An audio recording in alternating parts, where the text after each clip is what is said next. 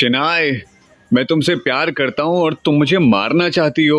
नहीं, मुझे मत मारो। दक्ष जोर से चिल्लाया और आगे की ओर गिर गया।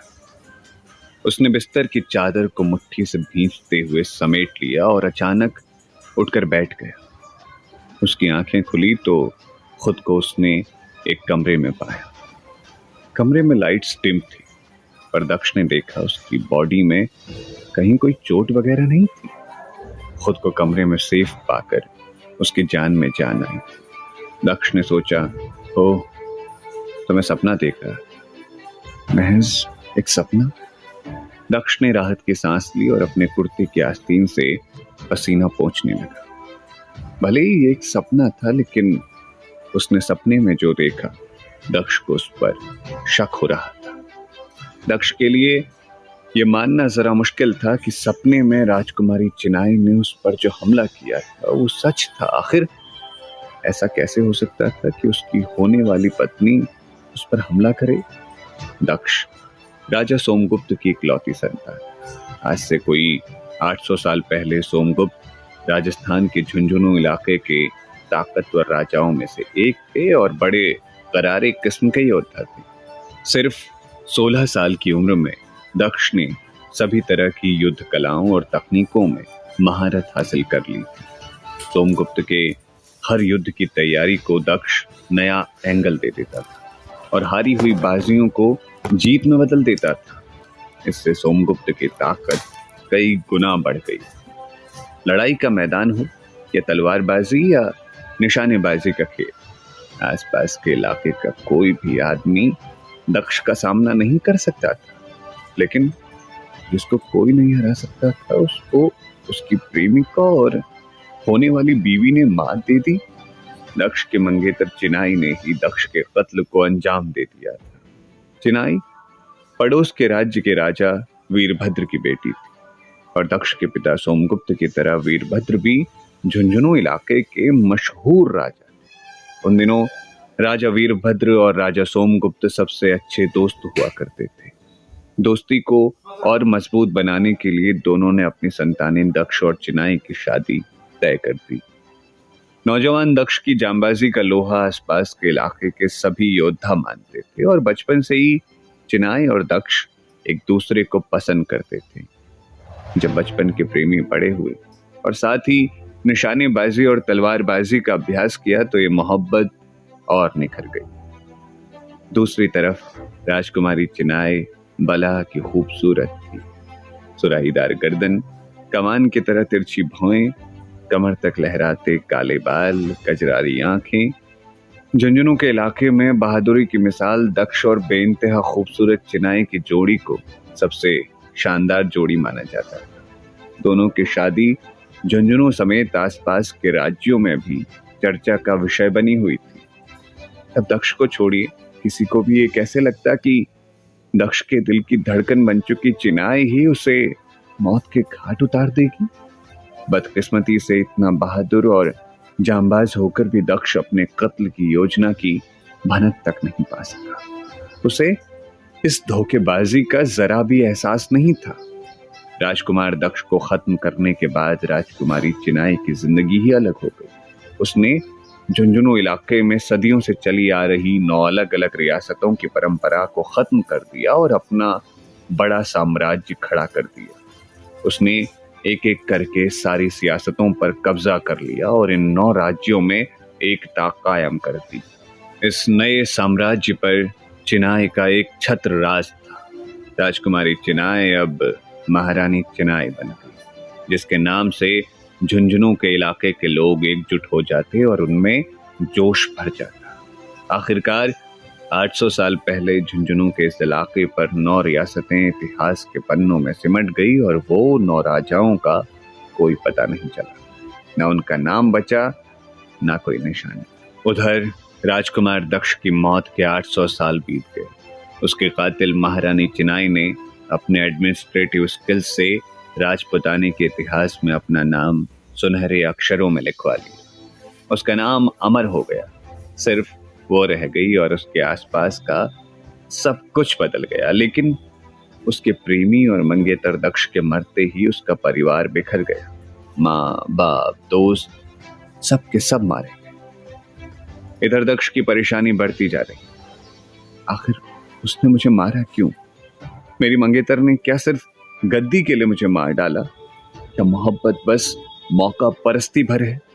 दक्ष इस बारे में जितना सोचता उसका कंफ्यूजन और भी बढ़ता जाता।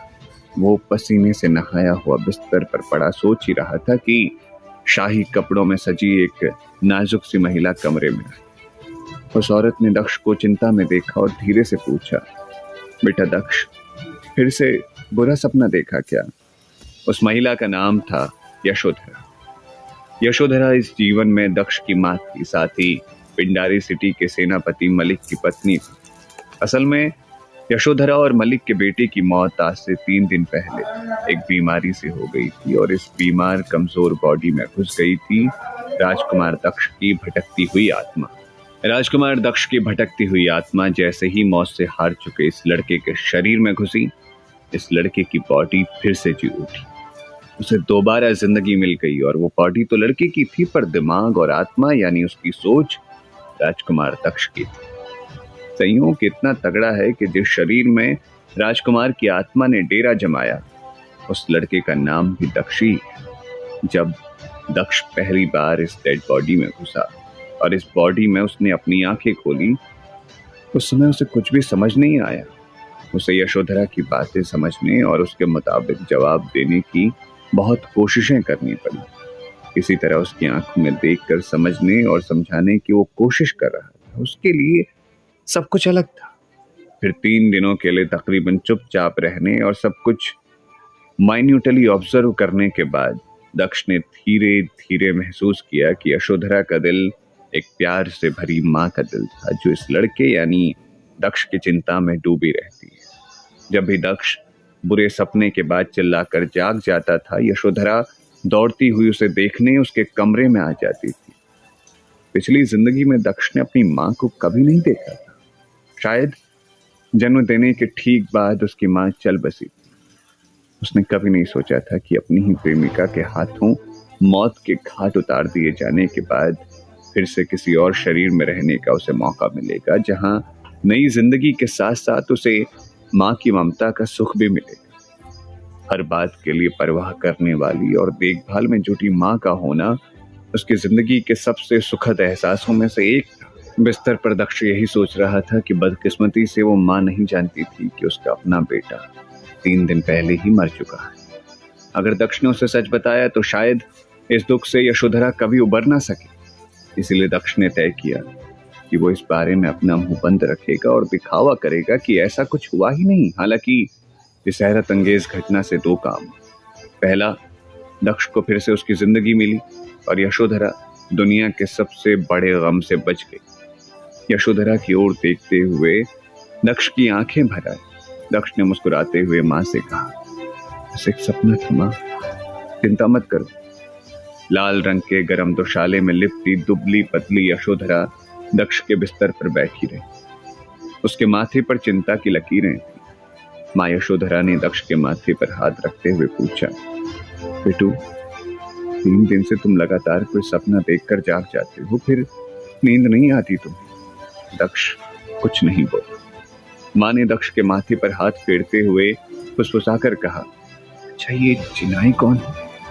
हर रात तुम उसी का नाम लेकर जागते हो? यशोधरा ने फुसफुसाकर ये बात इसीलिए कही थी क्योंकि उसने चिनाई के नाम के आगे महारानी नहीं लगाया, वरना पूरे राज्य में कोई ऐसा शख्स नहीं था जो चिनाई के नाम के आगे महारानी लगाए बिना पूरी इज्जत के बात कर सके। असल में महारानी चिनाई ने झुंझुनू क्षेत्र की 9 रियासतों को एक में मिलाकर पहले तो मजबूत साम्राज्य बनाया, फिर खुद को महान और देवी महारानी के रूप में स्थापित कर लिया था। गांव गांव में महारानी चिनाई की मूर्तियां और मंदिर लगाए गए और लोगों को आदेश दिया गया था कि वो उनकी पूजा करें।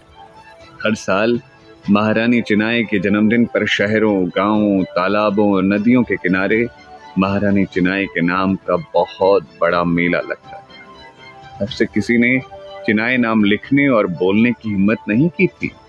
महारानी चिनाई के बारे में यशोधरा के सवाल पर दक्ष ने कहा, ऐसा कुछ नहीं है माँ, तुमने कुछ गलत सुना। यशोधरा ने एक आह भरी और कहा, ठीक है, एक बात याद रखना बेटे, चिनाए का नाम कभी जबान करना, सपने में भी नहीं। यशोधरा ने समझाया कि अगर महारानी चिनाए का नाम इज्जत के साथ ना लिया जाए तो जिंदगी बड़े खतरे में पड़ सकती है। क्या पता बाकी की जिंदगी किसी अंधेरी जेल या काल कोठरी में काटनी पड़े। दक्ष ने सहमति में सर हिलाया और कहा, ऐसा कभी नहीं होगा माँ। उसने ऊपर ऊपर तो ऐसा दिलासा अपनी माँ को दिया, लेकिन अंदर ही अंदर उसके गुस्से का लावा उबल रहा था। चिनाए का नाम लेते हुए डरी हुई अपनी माँ को देखकर दक्ष ने कसम खाई, इसका बदला लिया जाएगा, अपनी मौत का बदला लिया जाएगा, लोगों में फैले इस डर का और हर एक चीज का बदला लिया जाएगा। यशोधरा ने बिस्तर पर बैठे अपने कमजोर और दुबले पतले बेटे को देखकर गहरी सांस ली। वो इस तरह बीमार अपने बेटे को जब भी देखती उसके अंदर का दुख और भी गहरा हो जाता। पैदा होने के बाद से दक्ष हमेशा बीमार ही रहता था। राज्य के सेनापति के घर पैदा होने और सबसे अच्छे डॉक्टरों और दवाओं के बाद भी उसकी हेल्थ में कोई सुधार नहीं आया। अभी दक्ष की उम्र 16 साल की थी, लेकिन उसकी उम्र के दूसरे लड़के जब दुनिया के बाकी सारे काम करते थे, खेलते कूदते थे, तैरते थे, कसरत करते थे, उस वक्त दक्ष बिस्तर पर पड़ा रहता था। यशोधरा की चिंता इसी बात की थी कि वो आगे की जिंदगी कैसे जिएगा। अचानक दरवाजे के बाहर सैनिकों के पैरों की आवाज सुनाई दी। बाहर नौकर ने उनके पैरों की आहट को रोका था। कौन है आप लोग, यहाँ क्यों आए हैं?